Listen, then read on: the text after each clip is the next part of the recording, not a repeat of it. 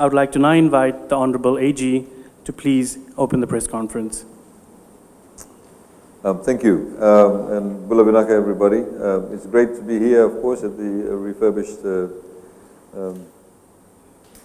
Sheraton Golf. I was going to say, where do I put Marriott in it? But look, it's great to be here, and as you know that we've opened up the borders on the 1st of December last year, and the fact that we now have this property now being refurbished and available is obviously a huge vote of confidence.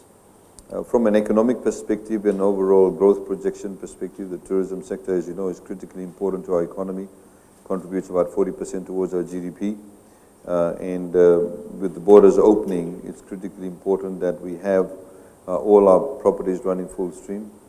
And we'd like to congratulate, of course, the property owners, FNPF, and the hotel management team.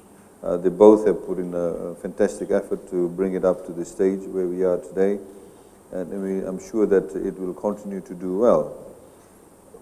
For us, it is critically important from a strategic perspective as government to ensure that we have very good tie-ins with our national carrier, which is Fiji Airways, and that we continue to also open up the markets in our destinations and have regular scheduled flights into, for example, Japan, and recommence with Hong Kong. We look forward to that, and more regular flights into Singapore.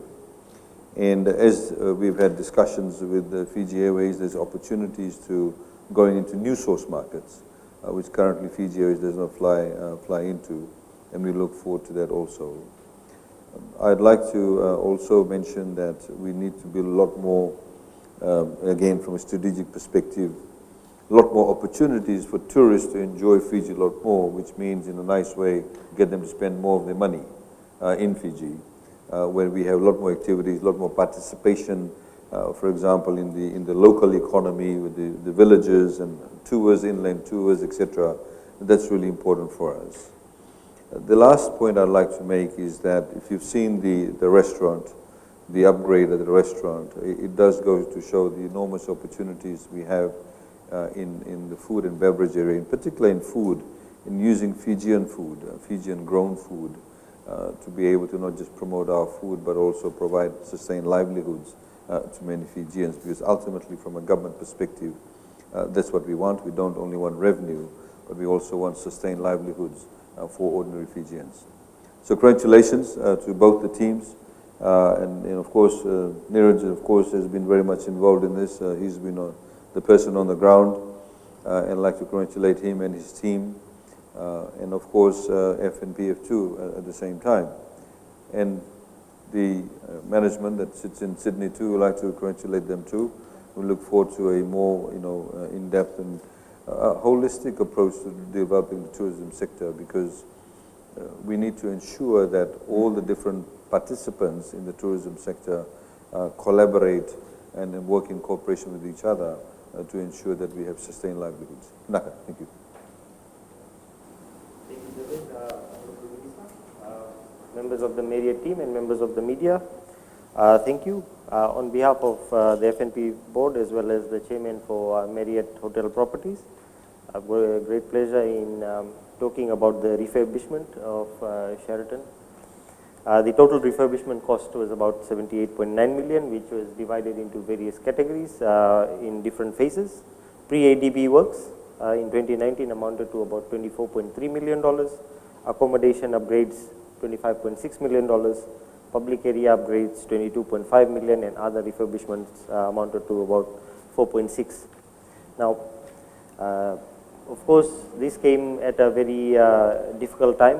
We were impacted by COVID-19, and although one may consider that COVID-19 is an opportune time to do refurbishments, because there's no guest to disturb, the delays caused by COVID-19 as far as it impacted the supply chain really impacted the works as well. The direct delays in terms of the supply chain management, international border restriction, building materials, specialized materials that were needed for the hotels, and not to forget the natural disasters, TC Gerald, TC Yasa, and adverse weather conditions. So all of this had an impact.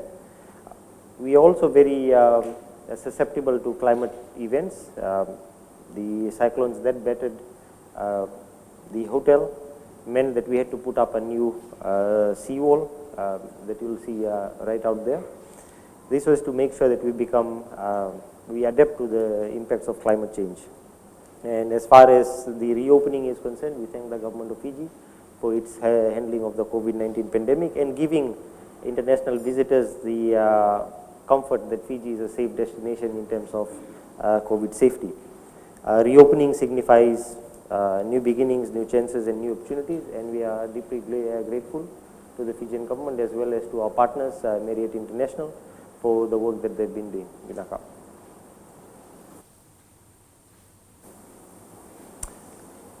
Well, good afternoon, ladies and gentlemen. The Fiji press and any representatives from the international press, a very, very warm welcome to Fiji and our newly renovated Sheraton Fiji, 34 years young.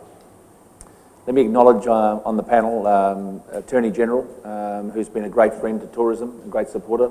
AG, thank you so much for your support. And to the chair of our owning company, Joel Abraham, thank you for your support through what's been an incredibly tough couple of years, not just for the world, but certainly for Fiji, being isolated from the rest of us. And we sorely missed you, and we are delighted to be back. But I cannot take any of the credit. The man on the end of the table, Niraj Chada, who is our multi-property VP for Fiji and Samoa, but the general manager of these fine resorts, navigated, I think, exceptionally well through what can only be described as unprecedented times, certainly in our lifetimes. And I think that's probably enough said about COVID. As far as I'm concerned, it's in the rear vision mirror, and we're looking forward. I can tell you right across the system, the bookings are incredibly strong. And we're delighted also to have His Excellency, the President of Fiji, joining us for the festivities this evening, and many other VIPs. And I think it's a time of celebration because everyone's so excited. I was fortunate enough to fly Fiji Airways on the new A350 out of Sydney. And me being me, I like to know what's going on, so I walked the plane and there was very, very few empty seats. I think people can't wait to get back to Fiji, to the warmth and hospitality that Fiji offers. And I'm going to give you an example. I was walking the properties. As you know, we have this beautifully renovated Sheraton Fiji Beach and Golf Resort, the Sheraton Denarau Villas next door, Marriott Momi Bay. Again, FNPF is our key partner and owner. And the Western Fiji, one of the oldest properties in the system, one of the oldest properties in Fiji, certainly Denarau, is currently under renovation. And one of the ladies approached me and said, "Oh, Sean, welcome back. I remember when your children were only little and I took care of them in the kids club." So now they'll be bringing their kids back here. And they talk about Fiji with very, very fond memories. And I think that's what really is special about this destination and sets us apart. It would be remiss of me if I didn't end by congratulating the Fiji government for their initiative with the Bulla Bubble that really has injected huge revenues into tourism. And, you know, we take our obligation to Fiji and the Pacific very, very seriously because we know there is a lot of stakeholders relying on us, our owners, FNPF, the government, but we operate over 1,000 hotel rooms in Fiji, and that provides 1,500 jobs for our local associates.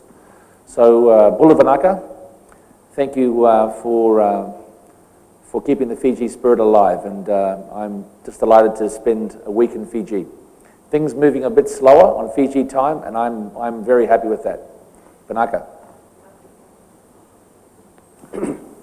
Thank you, Sean. Thank you, Joel. And thank you, AG, for joining us for this wonderful day where it's a little bit emotional for us because it's been a long time coming.